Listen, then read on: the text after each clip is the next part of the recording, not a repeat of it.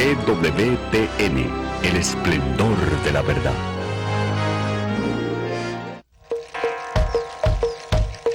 Mashikaki, Mahueluyel Moyolo, Nochocoyo, Macatetlen, Ixnahuitl, Mistequipacho, Macamo Ken Mochigua y Mixin Moyolo, Macamo Chigmiquicaxi Incocolistli, Manose Oquitla, Cocolistli, Coco Teopouqui, Huixamo Nica Nimonansi, Huizamo Nosehualotitlan, Necauyotitlan Intica, Huizamo Nehuatl, Inimopacayelis, Huizamo Nocuichanco no Alguazo, Intica, Huizoquitla Inmotis Monego.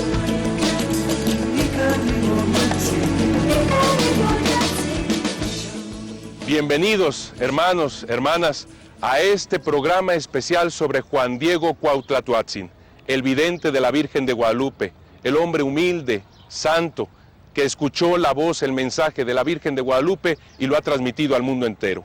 Permítame presentarme. Soy el padre Eduardo Chávez Sánchez, postulador de la causa de Juan Diego. En este programa vamos a ver lugares sumamente interesantes e importantes donde Juan Diego caminó, donde Juan Diego vivió, donde Juan Diego tuvo ese encuentro con la Virgen de Guadalupe. Sabemos que hay muchos cuestionamientos, si existió, dónde existió, qué hizo, cómo fue, si verdaderamente se produjo el milagro de las rosas, si verdaderamente se encontró con la Virgen de Guadalupe. ¿Quieren saberlo con nosotros? ¿Quieren caminar sobre este camino que ya ha transcurrido Juan Diego, que ha caminado sobre este camino de santidad, que ha iniciado una vida dentro de nuestro corazón gracias al mensaje de la Virgen de Guadalupe? Acompáñenos en este programa. Va a ser sumamente interesante, pero lo más importante es que llegue a su corazón este mensaje de la Virgen de Guadalupe para llegar a la santidad. Acompáñenos. Juan Diego es un hombre humilde, sencillo, que en su vida demostró virtudes grandes y maravillosas. Pero ¿qué trascendencia tiene esto? No solamente para México, sino para el mundo entero. Yo trataba de explicárselo a una persona española en Roma. Para poder llegar a esto, traté de darle un ejemplo y que quede como un ejemplo, pero que ayuda mucho para poderlo entender. Si a mí me dicen, por ejemplo, que Santa Teresa, San Francisco no existieron, por supuesto que me dañan una parte de mi iglesia, pero no me la derrumban. Me dañarán una porción importante, la espiritualidad que se desarrolla a través de estas grandes personas, estos grandes santos, pero no me destruyen la iglesia. Si a mí me dicen, en cambio, que no existió, que fue un fantasma, Lucas, Marcos, Mateo y Juan, entonces sí, destruyen o tratan de destruir precisamente el fundamento de la iglesia, porque estos evangelistas son los que me hablan de Jesús, me hablan de su resurrección, me dicen cómo este Señor Jesús es hombre verdadero, Dios verdadero, que se ha entregado por nosotros y que ha instituido la iglesia. Entonces sí, tratarían de destruirla desde el fundamento. Con este ejemplo podemos entender un poco la situación también de Juan Diego. Si a mí alguna persona me llega y me dice, Juan Diego no existió, es un fantasma, es una leyenda, lo que está pretendiendo esa persona precisamente es romper desde el fundamento toda la evangelización del continente, toda la iglesia en el continente y para el mundo entero. Esto significa, hermanos míos, que la trascendencia de Juan Diego es tan grande porque él, como un gran hombre, como decíamos, un gran santo, nos transmite el mensaje de la Virgen de Guadalupe. Y este mensaje de la Virgen de Guadalupe es un mensaje que evangeliza a todos. Tan es así que los indígenas en masa se convierten. Y no solamente los indígenas, sino también nuestros hermanos españoles. Hay informaciones de 1556 en donde claramente se ve cómo todos los españoles iban en romería, como se decía en aquel entonces, peregrinaban hacia el santuario de la Señora de Guadalupe, nuestra Madre del Cielo. Es muy notorio esto, está bien fundamentado en tantos documentos, por lo tanto podemos ver cómo la Virgen de Guadalupe, su mensaje, este signo de unidad, trasciende e inicia esta trascendencia en el corazón del hombre. Aquí es donde hay este cambio. esta conversión. Tan es así que en esas mismas informaciones de 1556 descubrimos cómo muchos españoles que antiguamente iban a las huertas a hacer cosas no muy santas, han elegido mejor ir a la ermita, al santuario de Nuestra Señora de Guadalupe. Una conversión que nace desde el corazón.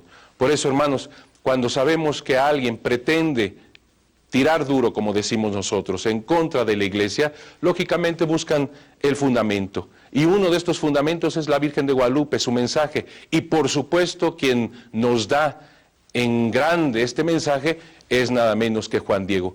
Por eso es esta situación. Pero nosotros sabemos a través de tanta documentación, a través de la tradición oral también, a través de nuestros ancianos, nuestros ancestros, nuestros indígenas, sabemos perfectamente que ellos no nos mintieron, que es verdad. Dios quiere encontrarse con el ser humano. Es verdad, no es un Dios hecho en la ficción, hecho por nuestra psicología, nada de eso. Es un Dios que trata de encontrarse con el ser humano. Y este encuentro lo hace a través de lo más amado por Él, de lo más querido, lo más precioso para Él, que es su Santísima Madre, en la invocación de Santa María de Guadalupe. Es a través de su Santísima Madre que Él, Dios, se hace presente en el corazón de cada uno de nosotros y trasciende para todos los pueblos. Es a través de la Virgen de Guadalupe, a través de su mensaje. La Virgen de Guadalupe elige a un hombre sencillo, humilde, honesto, un hombre verdadero, un hombre de verdad con una fe profunda en su religión, en una fe profunda en Dios, una fe profunda en María. Tan es así que precisamente cuando se encuentra con Juan Diego, es Juan Diego el que va a la misa del sábado, una misa que nosotros sabemos se celebra en honor de Santa María. Aquí vemos cómo Juan Diego tiene unas bases cristianas, recién convertido por supuesto, recordemos que fue bautizado en 1524 aproximadamente, pero que él tiene sólidas bases cristianas. Es a él a quien elige la Santísima Virgen y es a él a quien le encomienda que lleve este mensaje de unidad, de armonía, de nueva vida. Y este mensaje tenía que ser llevado primero al obispo, a la cabeza de la iglesia. Sin la cabeza de la iglesia no puede realizarse lo que es su voluntad. El crear, el que se le haga un pequeño templo, una pequeña ermita, un pequeño santuario en donde ella podría dar todo ese amor a todos los hombres. Es necesario que sea también bajo la autoridad del obispo. Por eso es este mensaje, esta elección que hace la Virgen de Guadalupe a este hombre sencillo para llevar su voluntad ante la aprobación del obispo, Fray Juan de Zumárraga. Así es toda una historia en donde nosotros descubrimos que la trascendencia del mensaje de Guadalupe lleva, antes que nada, al corazón del hombre. Y del corazón del hombre, no importando ni su cultura, no importando fronteras, no importando distancias, toma al hombre, lo convierte de corazón. Por eso su mensaje lleva a todas las naciones, llega a todos los pueblos, llega a todo hombre de buena voluntad. Estamos en uno de los lugares más interesantes, en Cuautitlán. Aquí nació Juan Diego. Aquí él tuvo esa educación indígena, grande, profunda, en su corazón. Aquí se desarrolló, aquí dio sus primeros pasos. Aquí fue donde Juan Diego estuvo con su familia. Por eso es sumamente interesante e importante este lugar, ya que Juan Diego no es una creación de la fantasía, un mito o un fantasma. Es alguien real, histórico, que vivió este momento tan importante de su vida precisamente aquí, en Cuautitlán. Y nos va a presentar este sorprendente lugar, nada menos que el párroco de aquí, que ha hecho estudios profundos sobre la historicidad de Juan Diego, sobre su habitación. Vamos a ver cosas sumamente interesantes, no se la pierdan. El padre Juan Manuel Martínez nos presentará estas maravillas. Mi nombre es Juan Manuel Martínez Merlos, actual responsable de este lugar. este lugar, la parroquia de la Siempre Virgen María, Casa de Juan Diego. Me permito hacerles una atenta invitación a hacer este bello recorrido por este lugar. Porque precisamente en este lugar donde nos encontramos, bajo este piso, es donde se encontraron los restos de la Casa de Juan Diego. Un recorrido muy interesante que les invitamos a que nos acompañen. Vamos. Nos encontramos en lo que son las ruinas de lo que fue la Casa de Juan Diego. Las excavaciones de 1963 vienen a confirmar lo que de 1666 los más antiguos testimonios nos hablaban de que en este lugar vivió Juan Diego, uno de los 4 barrios que componían el reino de Cuautitlán, el barrio de Tlayaca. Este es. Y estas excavaciones nos vienen a confirmar que aquí vivió, que aquí fue donde pasó la vida Juan Diego. Nos encontramos en ese momento, en esta parte que correspondería al baño. Al baño, eso es lo que sería una posible pileta, porque juntamente a la pileta, en esta parte de atrás, se encontraba el baño, y hacia este corredor nos llevaba hacia el fogón, el tecuili, muy familiar entre los indígenas, porque era en torno al tecuili donde se reunía la familia a contar las hazañas, a contar la historia de lo que sucedía en todos los alrededores. El material de la casa era de adobe, con algunas mezclas que le dieran consistencia. Era así como se construía esta casa.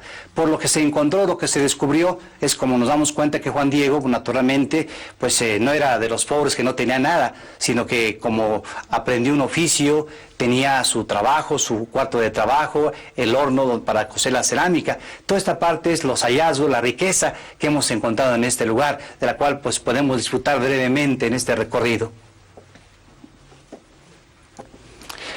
Continuamos con nuestro recorrido en este hermoso lugar que fue la Casa de Juan Diego.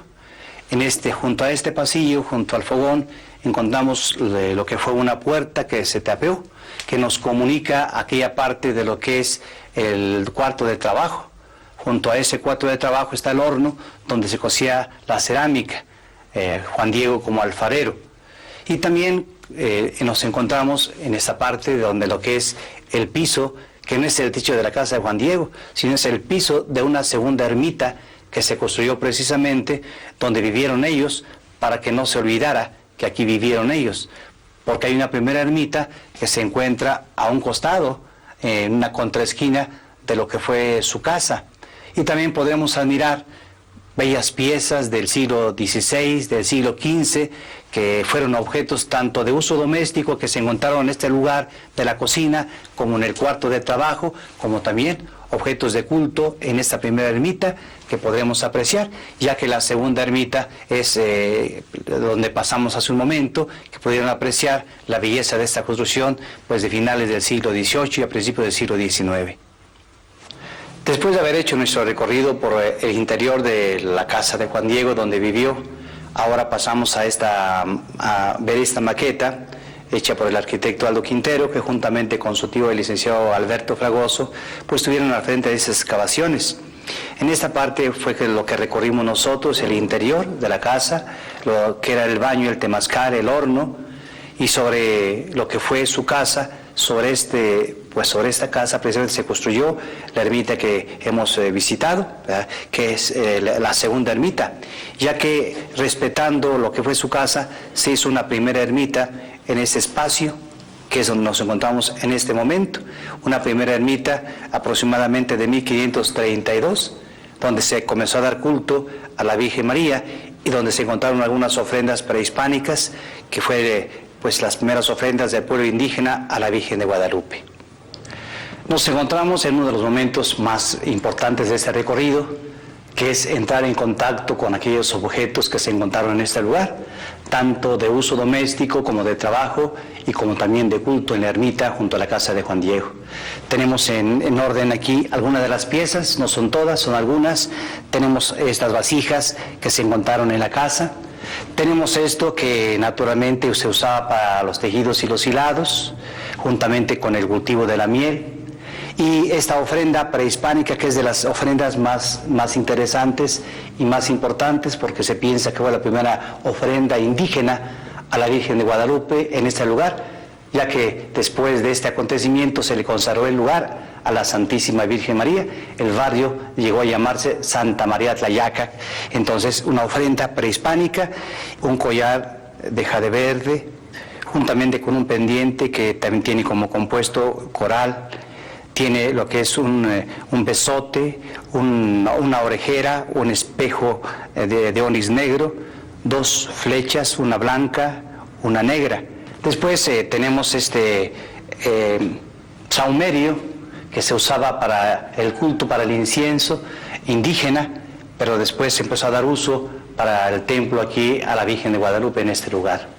Todos estos objetos aquí encontrados vienen a dar testimonio de la historicidad de Juan Diego, tanto de que él vivió en este lugar, como que también su vida, el perfil que podemos tener de Juan Diego como agricultor y también como artesano. Permítanme presentarle a uno de los máximos expertos sobre la Virgen de Guadalupe y sobre Juan Diego, Monseñor José Luis Guerrero Rosado. Él es licenciado en teología, licenciado en Derecho Civil, licenciado en Derecho Canónico y tantas otras cosas más que sabe el máximo experto sobre la Virgen de Guadalupe, que ahora nos va a completar, nos va a analizar y vamos a caminar junto con él todo este encuentro y la profundidad del encuentro de la Virgen de Guadalupe con Juan Diego. Monseñor, bienvenido y explíquenos. Muchas gracias. ¿Cómo es esta cultura mexicana? ¿Cómo es esta cultura en la cual se da precisamente el gran encuentro entre la Virgen de Guadalupe y Juan Diego? Pues muy interesante, complicada hasta un cierto punto. Y hay que empezar quizá hablando de lo que acabas de decir, padre, de la guerra. El pueblo mexicano era un pueblo guerrero, ferozmente guerrero. Sin embargo, su concepto de guerra era muy diferente del nuestro. Para nosotros la guerra significa aplastar al enemigo, acabar con él. Para ellos era una cosa muy distinta. Era equilibrar fuerzas. Por esto, pensaban que el día, la noche, el mundo entero estaba en conflicto continuo. Y el hombre era parte de ese conflicto y solo podía vivir a expensas de que se mantuviese exactamente así. Si de repente se acababa el día, por ejemplo, y era por la noche, el hombre no podía vivir. Si de repente se acababa la noche y era solo día, tampoco podía vivir el hombre. De manera que hacía falta mantener el equilibrio exacto. Para ellos la vida era el movimiento. Lo que más se movía en su mundo era el corazón. Por eso les llamaban a la vida la acción del corazón, Yolilistli. Y con lógica, digamos, correcta de parte de ellos en su cosmología, decían: para que el mundo tenga vida hace falta que le demos sangre y corazón. Entonces la guerra era para ellos la forma como cosechar las flores divinas que era el corazón. Pero una guerra solamente rara desde el punto de vista europeo, porque allí quien moría triunfaba. Era inmolado para darle vida al sol, podía ser compañero de él en su lucha contra las estrellas y la luna, y era glorificado para siempre. En cambio, quien lo mataba demostraba torpeza. Para el indio la gloria era tomar preso desarmar al contrincante y tomarlo preso, llevarlo después al sacrificio. O sea, lejos de pretender aplastar al enemigo, se pretendía en cierta forma glorificarlo, exaltarlo. España pensaba exactamente al revés. Para España, quien no fuera cristiano era simplemente un agente de Satanás. Había que eliminarlo. Ellos de buena fe sentían que su papel en el Nuevo Mundo era continuar lo que habían hecho ya 8 siglos en España, acabar con quien no pensara como ellos.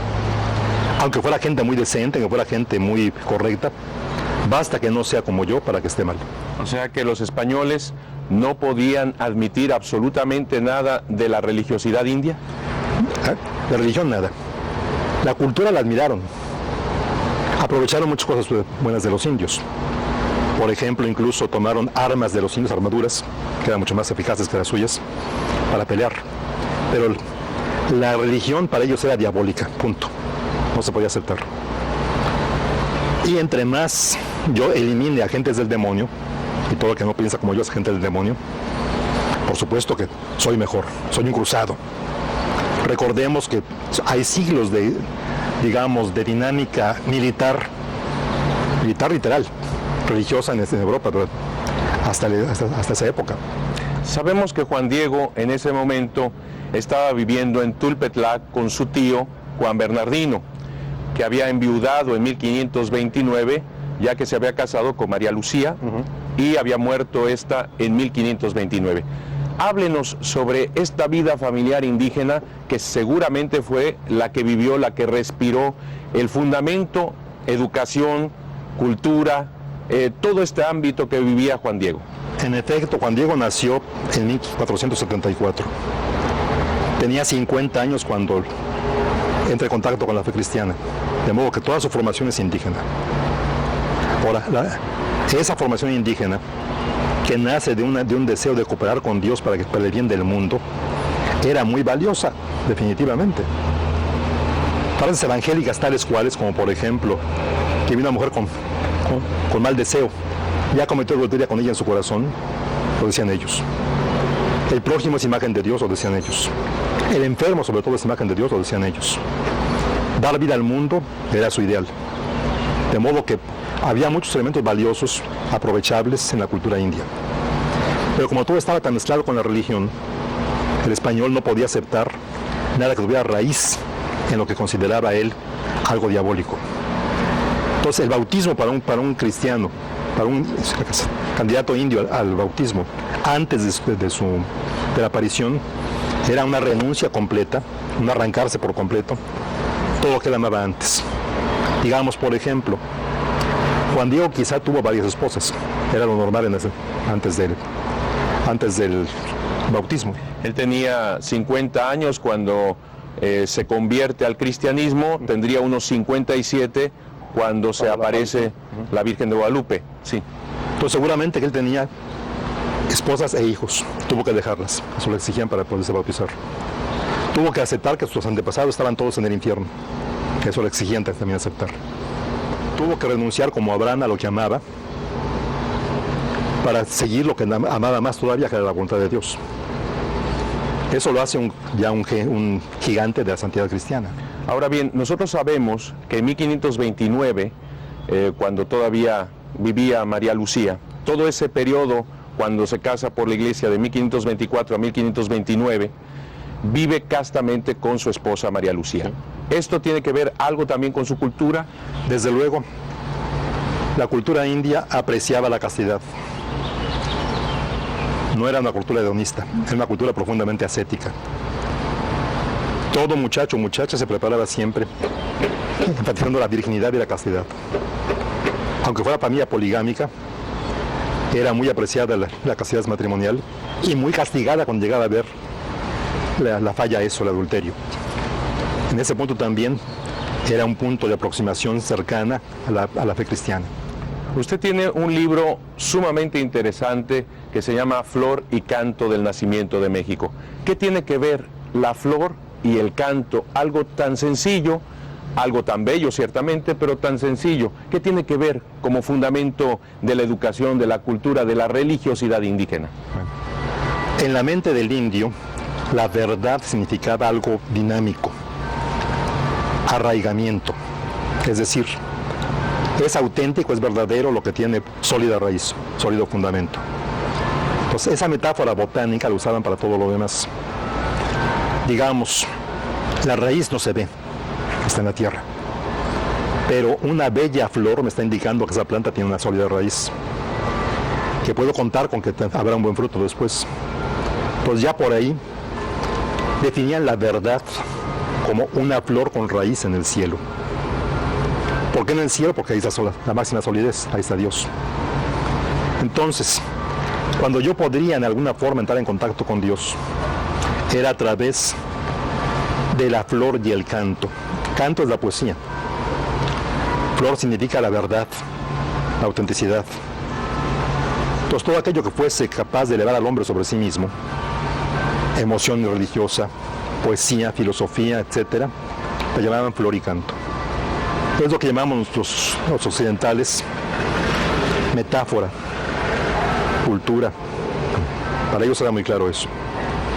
Y también en un país como México, que era un país lacustre, el agua no era tan importante. En cambio, la belleza de las flores era lo más cercano que concebían ellos a la grandeza de Dios. Pues por eso, flor y canto era como un resumen de todo lo que puede tener el hombre de grande, de bello, de maravilloso. Cuando sale Juan Diego en 1531, el 9 de diciembre, sale de Tulpetlac hacia Tlatelolco y tiene que pasar por el Tepeyac. Él escucha cantos, ve estas piedras que se convierten en jades, ve el arco iris. ¿Qué nos puede decir sobre todos estos elementos? ¿Qué significa esto? Bueno, en la cultura india, la belleza era lo más importante. De manera, no tanto lo impactante, lo estruendoso, sino lo bello. Para ellos, estos pájaros eran voz de Dios, el canto, los trinos de los pájaros. México es un país de clima que se llama monzónico, o sea, tiene una temporada de lluvias, una temporada de secas. En tiempo de secas todo está amarillo, muerto. Empieza la lluvia y todo se pone verde. Entonces, el verde era para ellos el color de la vida. El jade, esa piedra preciosa, era por eso apreciadísimo. Tanto que decir jade y pluma bella era nombre de Dios. Pues María Santísima, según dice el relato, convierte en jade todo lo que toca. Da la vida al Tepeyac. También convierte en todo lo precioso. El arco iris, que es símbolo divino para ellos también. La turquesa, que es el cielo que baja a la tierra. Toda su presencia en el Tepeyac, a ojos de Juan Diego, lo convierte en eso. Tan es así que él pensaba estar en el cielo de sus antepasados. Exactamente. En ese momento él tiene la gracia de Dios, gracia mística, o sea, no por un raciocinio, sino por una intuición directa de sentir, no hay oposición entre mi cultura y mi fe cristiana. Es interesante que el Santo Padre Juan Pablo II, cuando beatifica a Juan Diego, dispone que su día de fiesta es el 9 de diciembre, precisamente. ¿Por qué? Él dijo, ese día entró en el cielo. O sea, el día que se celebra un santo es el día de su muerte, es el día de su nacimiento al cielo. No sabemos el día exacto que murió Juan Diego. Murió en 1548, más o menos por julio, por ahí así. Pero el Santo Padre dijo, el 9 de diciembre, él entró en el cielo. Nos festejen ese día. Y ve jade, ve arcoíris, ve flores maravillosas en ese gran jardín. Él pasa al lado del Tepeyac y primero oye canto de pájaros. Los pájaros para ellos eran la voz de Dios. Para un hebreo era el trueno, el relámpago, la tempestad. Para un mexicano, la belleza del canto de los pájaros. Oye pájaros sublimes. Y oye una voz femenina que lo llama. Juan Diego Tzin.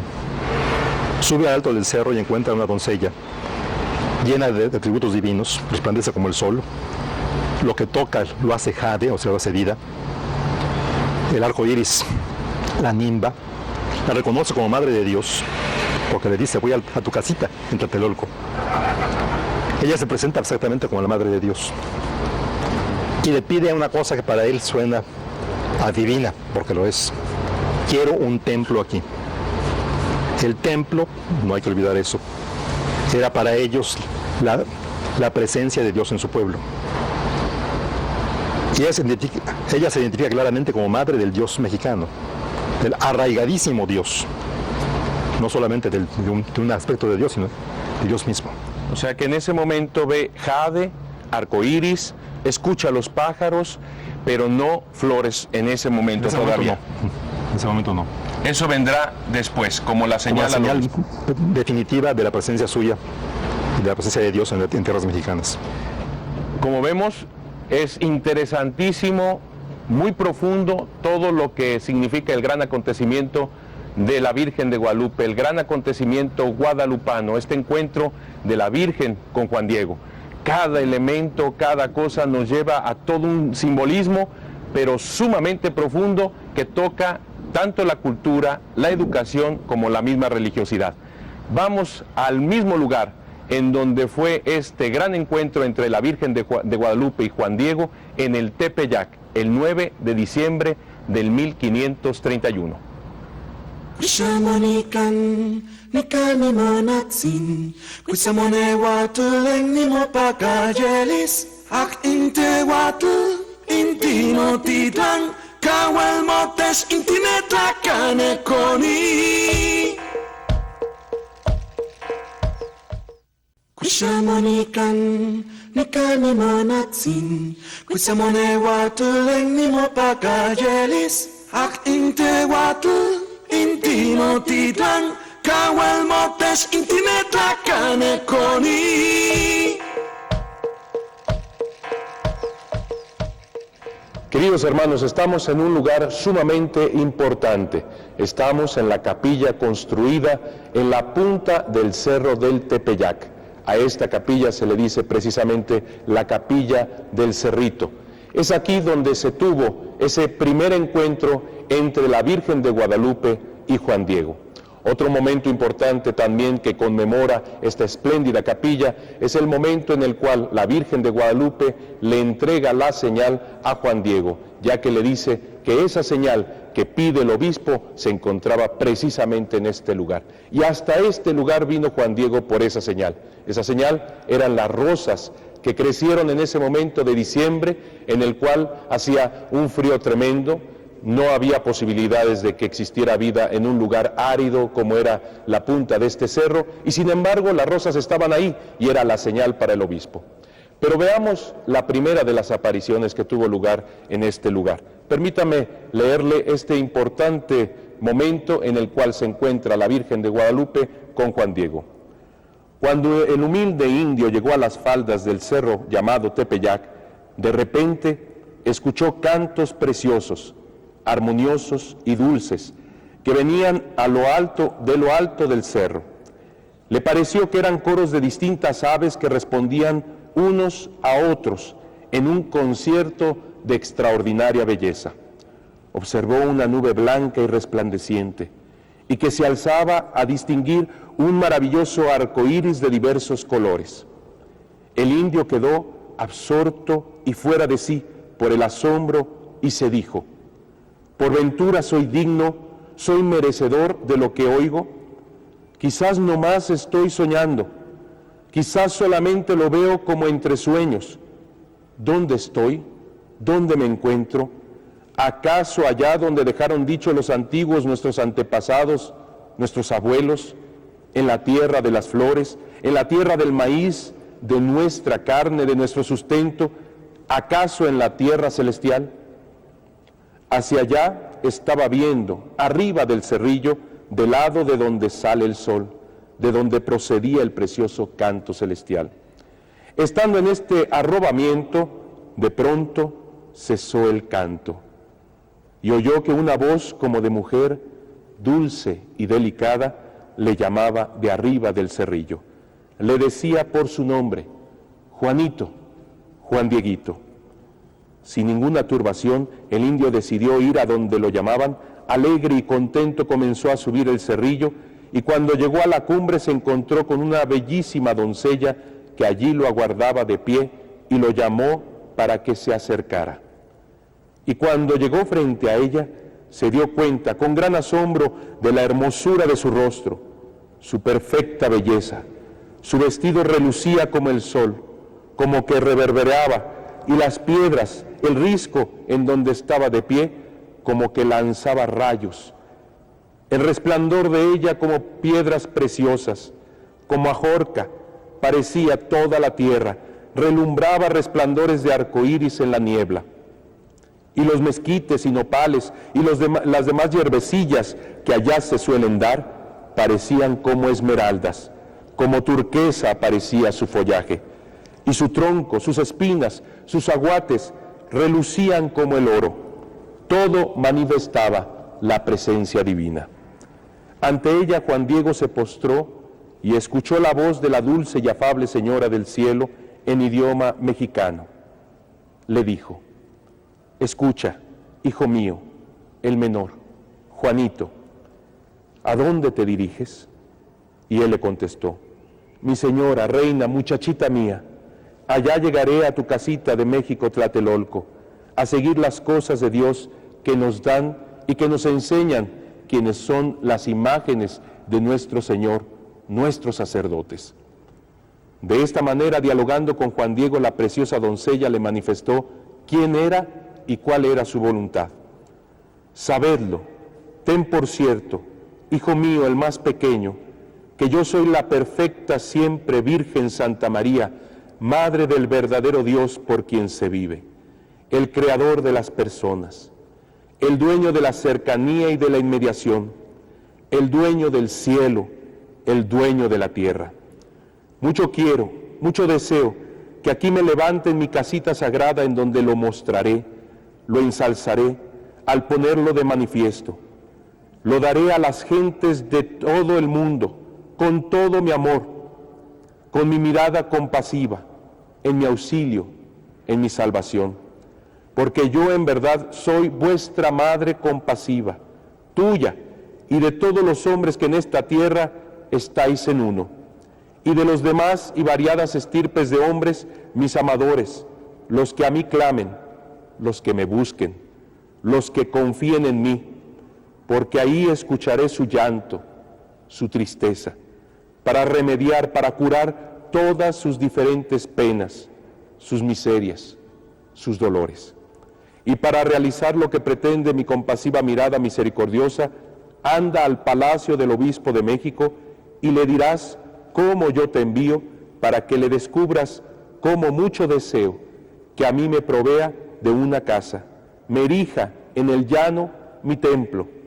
Todo le contarás cuanto has visto y admirado y lo que has oído. Y la Señora del Cielo le hace una especial promesa.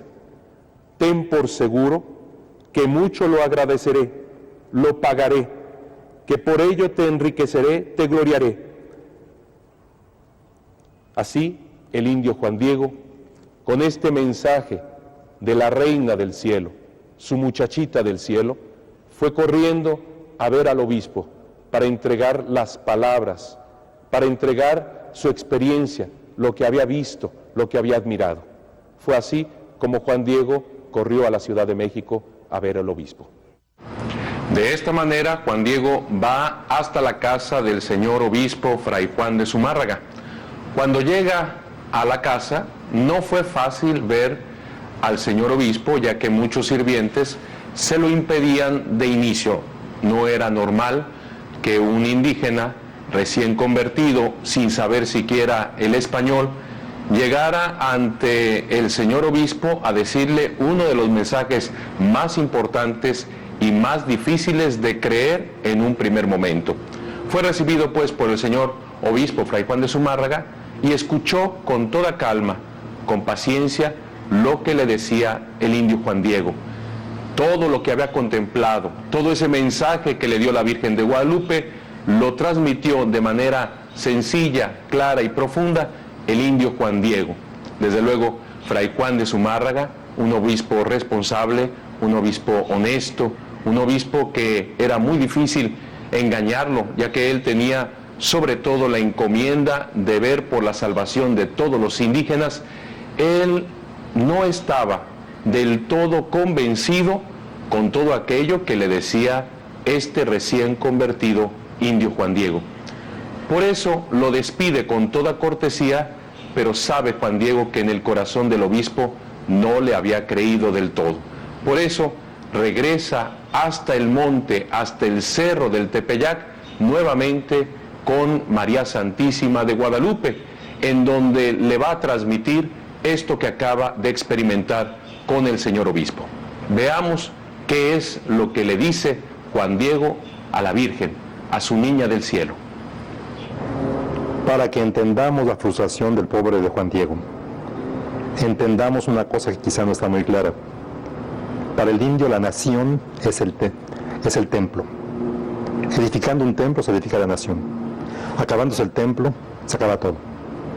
Él ha oído de la Madre de Dios que quiere un templo donde dar al Dios mismo ella. Por tanto, que resurja su nación. Algo importantísimo para él y para todo su pueblo. De modo que la negativa de Zumárraga atender esa petición parece algo trágico, de veras. Amén de que se siente definitivamente mal porque algo tan bello, tan importante como es una petición de la Madre de Dios, no se le toma en cuenta. Pues se retira tristísimo, apesadumbrado, deprimido, llega al Tepeyac y encuentra a la señora que está esperándolo. Y con típica cortesía náhuatl, no dice ni mucho menos, no me recibió, no me creyó, sino solamente como insinuándolo, como que no me creyó, como que no tiene por ciertas mis palabras. Ahora, eso también en la mente náhuatl está muy claro que es una especie de reproche a quien lo envió ahí. Por tanto, la buena educación, la etiqueta náhuatl exigía que jamás yo culpara a una gente importante de una cosa, aunque fuera realmente culpa de ella. Por eso le dice él, yo tengo la culpa, yo fui incapaz, soy indigno. Y emite una serie de apelativos un tanto denigrantes para sí mismo. Soy un simple cargador, dice. Inmecapal incacashli. Mecapal significa una cinta que se ponían en la cabeza a ellos para llevar la carga. Kakashli, la palihuela donde se amarraba. No paso de eso. Yo debo ser llevado a cuestas, no llevar yo a alguien. No es lugar de mi andar ni de tenerme donde tú me envías.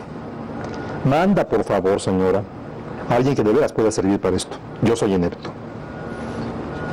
Juan Diego lo dice con sinceridad, con cortesía y sobre todo con el ansia natural de alguien que siente que es importantísimo para su pueblo que se haga eso que pide la señora, un templo. Ahora, es bellísimo lo que contesta María Santísima. Lo contesta, tengo mucha gente de quien disponer. Me sobra. Sin embargo, para mí es importantísimo que seas tú personalmente quien haga todo esto. En lo cual también vemos desde ese momento la santidad de Juan Diego. Ella lo llama, tú eres mi mensajero, totalmente digno de confianza. Mañana vuelve. Una orden perentoria y además, y muy pesada, muy difícil. Ya me rechazaron, ya me corrieron. Y mañana tengo que volver con lo mismo a lo mismo. A nadie le hace gracia eso. Sin embargo, Juan Diego dice, por supuesto, mañana estoy. No tengo por pesado el camino, todo lo haré con muchísimo gusto. Descansa, señora, un poquito. Mañana llevo tu mensaje. El domingo 10 de diciembre, Juan Diego sale nuevamente de Tulpetlac, donde vivía con su tío Juan Bernardino, y va directamente a la casa del señor obispo Fray Juan de Zumárraga para, de nuevo, decirle el mensaje de la Virgen de Guadalupe que insiste en que se le haga un templo ahí en el Tepeyac. También hubo muchas peripecias que sortear en esta ocasión, ya que sabían más o menos a lo que venía y veían que el indio era de verdad alguien que quería cumplir con esta encomienda y que ellos no estaban muy dispuestos a volver a escucharlo. Cuando llega por fin ante el señor obispo Fray Juan de Zumárraga, le narra nuevamente todo lo que había acontecido con la Virgen de Guadalupe. Él no quiere creer del todo lo que le está diciendo, todo lo que le está transmitiendo Juan Diego, y en ese momento le pide una señal que considere la Virgen, si es que es la Virgen, una señal que él pueda tener en consideración para creer todo lo que dice el indio Juan Diego. Es de notar aquí la importancia del mensaje de la Virgen de Guadalupe ante el obispo, ya que la Virgen de Guadalupe se somete a la iglesia, a la cabeza de la iglesia, que en ese momento es precisamente Fray Juan de Zumárraga. Es importante este detalle. La Virgen podría haberle dicho a Juan Diego, yo tengo el poder suficiente como para poder construir un templo, hagámoslo aquí y no importa más. No, la Virgen de Guadalupe se somete a su hijo, que como digo, es la cabeza visible de su iglesia, Fray Juan de Zumárraga. Es así, pues, que Fray Juan de Zumárraga precisamente pide una señal para poder creer todo el mensaje de la Virgen de Guadalupe que le transmite Juan Diego. Se pueden decir muchas virtudes de Juan Diego. Era un hombre humilde, sencillo, era un hombre fiel, era un hombre con la máxima confianza, ya que la misma Virgen de Guadalupe le dice precisamente esto. Pero yo quiero resaltar una de sus máximas virtudes, que es la caridad. Juan Diego, cuando regresa a su casa en Tulpetlac, se encuentra con que su tío estaba gravemente enfermo. Y por el otro lado, tenía la necesidad de regresar a donde estaba la Virgen de Guadalupe, porque le iba a dar la señal para dársela al obispo. Tenía también que cumplir con esto. Ante las dos cosas, Juan Diego decide ir a ver un médico para su tío Juan Diego. Lo primero era la caridad para con el enfermo, para con su tío.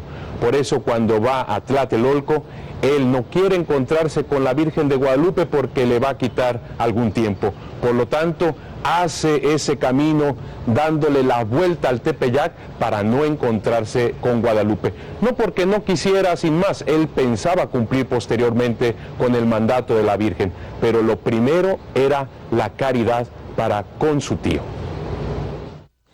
Estamos en la parte oriente del Tepeyac. El sol sale por allá. Juan Diego venía de su pueblo, donde vivía en ese momento Tulpetlac, que está hacia allá, hacia el norte. El camino lógico es del otro lado del Tepeyac, porque ya estaba la calzada. Sin embargo, él, que está preocupado porque su tío está gravemente enfermo y urge un confesor, empieza a desviarse rodeando el cerro y pasa por acá, dado que la cortesía india suya quería evitarle a la Virgen Santísima decirle no puedo en este momento. Entonces viene por aquí, y aquí precisamente en esta columna, ella baja de allá y le viene al encuentro. Y le pregunta, ¿qué pasa? ¿Dónde vas? Él tiene que decirle, madre mía, no puedo en este momento atenderte. Mi tío está gravísimamente enfermo, está ya a punto de morir. Voy corriendo a México por un sacerdote, a ver si puedo ir a confesarlo. Pero no te preocupes, mañana estoy aquí luego, inmediatamente. No me importa el funeral de mi tío, aquí estoy mañana. Entonces ella le dice palabras maravillosas de ternura inefable, diciéndole nada menos que ella se honra siendo su madre. En agua le dice, Quix amo nican nimonansin. ¿Acaso no estoy yo aquí, que tengo el honor de ser tu madre? Ante eso Juan Diego se derrite, por supuesto, de ternura y pide inmediatamente ir a donde ella lo mande. Es cierto, es uno de los momentos más importantes este encuentro de la Virgen de Guadalupe con Juan Diego. Él, con esa pena, con esa angustia de ver a alguien tan querido enfermo, es cuando en ese momento la Virgen de Guadalupe le dice estas hermosas palabras que yo voy a leer de manera completa. Escucha, ponlo en tu corazón, hijo mío el menor, que no es nada lo que te espantó, lo que te afligió, que no se perturbe tu rostro, tu corazón, no temas esta enfermedad, ni ninguna otra enfermedad, ni cosa punzante alguna. ¿No estoy yo aquí, que tengo el honor de ser tu madre? ¿No estás bajo mi sombra y resguardo? ¿No estoy aquí yo, que soy la fuente de tu alegría? ¿No estás en el hueco de mi manto, en el cruce de mis brazos? ¿Tienes necesidad de alguna otra cosa? Y la Señora del Cielo le aseguró, que ninguna otra cosa te aflija, te perturbe, que no te apriete con pena la enfermedad de tu tío, porque de ella no morirá por ahora. Ten por cierto que ya está bueno. Y efectivamente, en ese preciso momento, el tío Juan Bernardino sanó. Juan Diego tuvo esta fe, y estas palabras en este momento de encuentro con la Virgen de Guadalupe fueron dirigidas a él, pero también fueron dirigidas a cada uno de nosotros. Ahora es la Santísima Virgen de Guadalupe que nos dirige como madre estas palabras a ti que me estás escuchando, en tu corazón.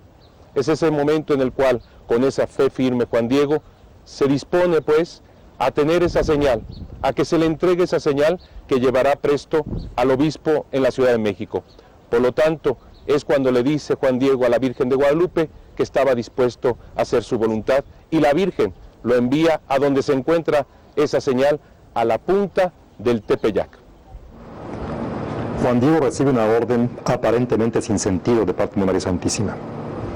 Sube donde le viste la primera vez, a la cumbre del cerro, y tráeme las flores que ves allí. El Tepeyac está en la parte más árida de México, del Valle de México, y estamos en pleno invierno, de modo que no hay ninguna flores.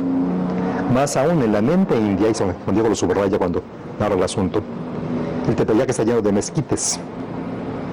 El mezquite es un árbol de la familia de las leguminosas, que es típicamente estepario, desértico. En agua se dice misquistli, y muerte se dice mezquitli, de modo que por asonancia es el árbol de la muerte. De modo que María lo manda, digamos así, al lugar de la muerte, a recoger la vida que son las flores. Para el indio las flores son la cosa más importante del universo.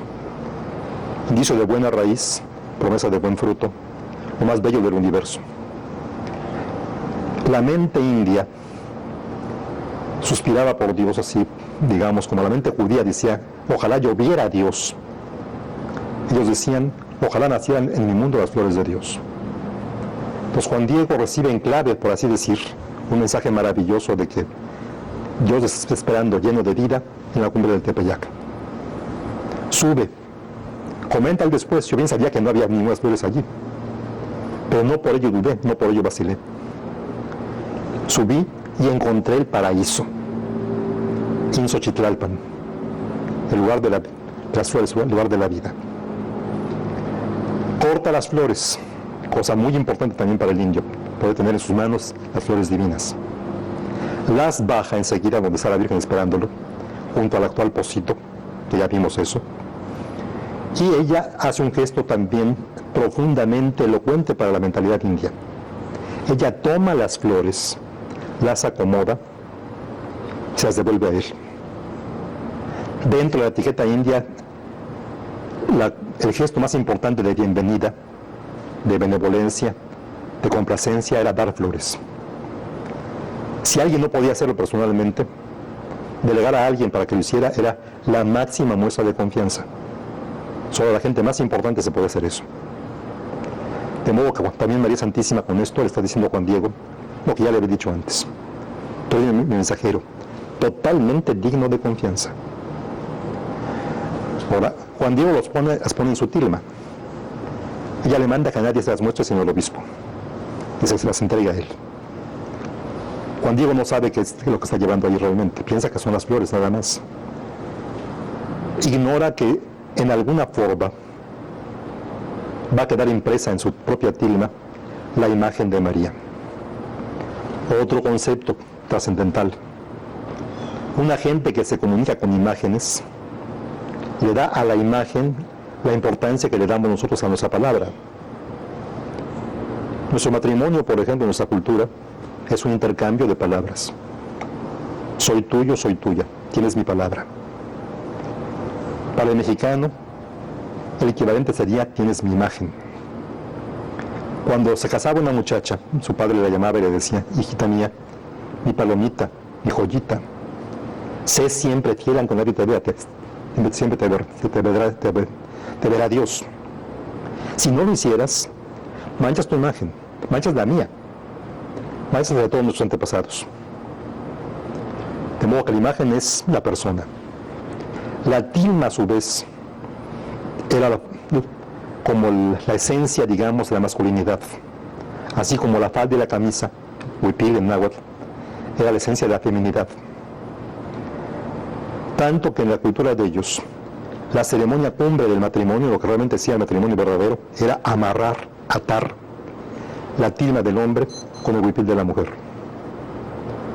Siendo todo esto así, es maravilloso, profundamente inculturante, que la imagen de María Santísima, que es todo un códice, por un mensaje para los indios, se imprima en la tilma de Juan Diego y se le entrega además a su márraga. ¿Por qué esto último? Porque para el indio también la máxima autoridad moral era el guardián del códice, Amoshwa en náhuatl.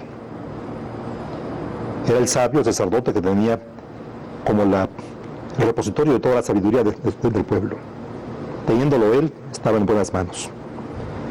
De manera que con ese gesto tan sencillo, María resuelve problemas insolubles. Dignifica al indio al nivel de igualdad con cualquier otro. Él lleva la imagen de María en su tilma. Es para siempre el Teomama, el portador de Dios de la iglesia. Pero esa imagen se le entrega a Zumárraga. Será para siempre el Amoshwa. Con esto María repite prácticamente en forma inculturada la cultura náhuatl lo que dijo en Caná a los servidores: hagan lo que les diga. Lo que ella diga es mi palabra. Y con eso México se convierte al instante. Podemos imaginar, desde luego, que no todos los indios sabían todo ese tipo de cosas. Pero nos consta que había en esa época todavía sacerdotes indios mexicanos antiguos. También consta que fue todo México a estudiar la imagen, a verla, a admirarla. Entonces podemos deducir que los antiguos sacerdotes hablan con Juan Diego, examinan la imagen, todo lo controlan y deducen lo que dedujo Juan Bautista respecto de Jesús: que Él crezca. Yo me retiro, me hago a un lado. Él es el Mesías de veras. Y con eso, como decía, México se convierte para siempre. Adiós, gracias. Juan Diego, contento de saber que su tío había sanado, porque esa era su fe. Le había creído a la Virgen de Guadalupe cuando le dijo que ya su tío estaba bueno. Estaba feliz de haber encontrado esa señal que pedía el señor obispo, esas rosas en la punta del Tepeyac, como hemos dicho. Y ahora corría hacia la casa del señor obispo precisamente para enseñarle esta gran señal, las rosas. Cuando llega con el señor obispo, nuevamente se encuentra con problemas con sus sirvientes, que no lo quieren dejar ver al señor obispo de forma inmediata. A través de la paciencia que tiene que hacer gala el indio Juan Diego, él muestra un poquito de lo que llevaba en su tilma, en su ayate, hasta que por fin lo dejan entrar ante la presencia del señor obispo Fray Juan de Zumárraga. Es ahí en donde él le entrega la señal. Para el indígena, obviamente, eran las rosas, cuando nadie se espera que precisamente una de las grandes señales de que verdaderamente lo que había transmitido el indio Juan Diego, de que el mensaje de la Virgen de Guadalupe era real, era cierto, es la estampación de la Virgen de Guadalupe, de la imagen de la Virgen de Guadalupe en la tilma de Juan Diego. Ante la admiración de esto, se hinca el obispo, se hincan los sirvientes y empiezan a venerar esta imagen maravillosa de la Virgen de Guadalupe. Y el señor obispo es cuando abre los ojos, no solamente los ojos físicos, sino el corazón. Abre su corazón y cree en todo el mensaje que le ha transmitido el indio Juan Diego. Y entonces se dispone a cumplir la voluntad de la Virgen.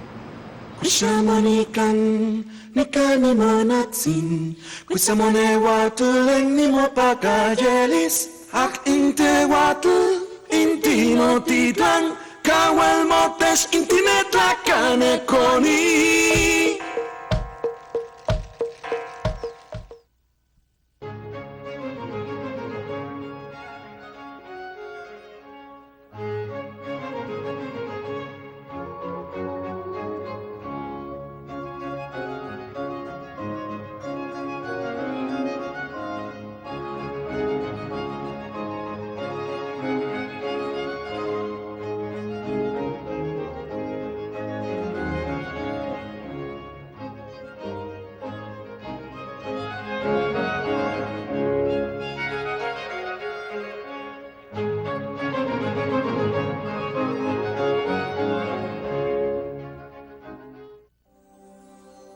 El Centro Televisivo Vaticano nos brinda un reencuentro del acontecer noticioso en la Santa Sede, así como un vistazo a lo que sucede en la Iglesia en el mundo. Cada 8 días, una nueva entrega en Octava 10. Kushamonikan, nikani monatsin, kusamone watuleng ni mo pagajelis, ak inte watul. Intino titlan, kawal motes intinet lakane koni. Soy el padre Armando Colín Cruz, párroco de la parroquia de Santa María de Guadalupe Capuchinas, aquí en el recinto guadalupano. Sean bienvenidos todos a este lugar tan especial para todos nosotros, ya que desde el punto de vista histórico, este lugar es de los más importantes aquí en el recinto guadalupano, ya que donde nosotros vemos la imagen de Santa María de Guadalupe, ahí estuvo durante muchos años el ayate prodigioso de Nuestra Señora.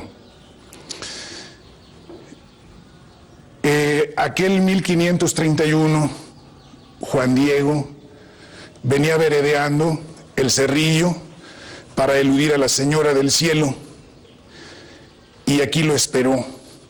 Aquí fue el lugar donde pues ella quiso que se le construyera su casita sagrada, en donde después de el prodigio ocurrido al develar pues el signo que llevaba Juan Diego en su ayate ante el señor obispo Fray Juan de Zumárraga, en donde quedó plasmada Nuestra Señora en el ayate de Juan Diego, el señor obispo le pidió que se quedara algunos días en el Palacio Episcopal para pues que descansara después de todo el movimiento que había ocurrido en esos últimos días.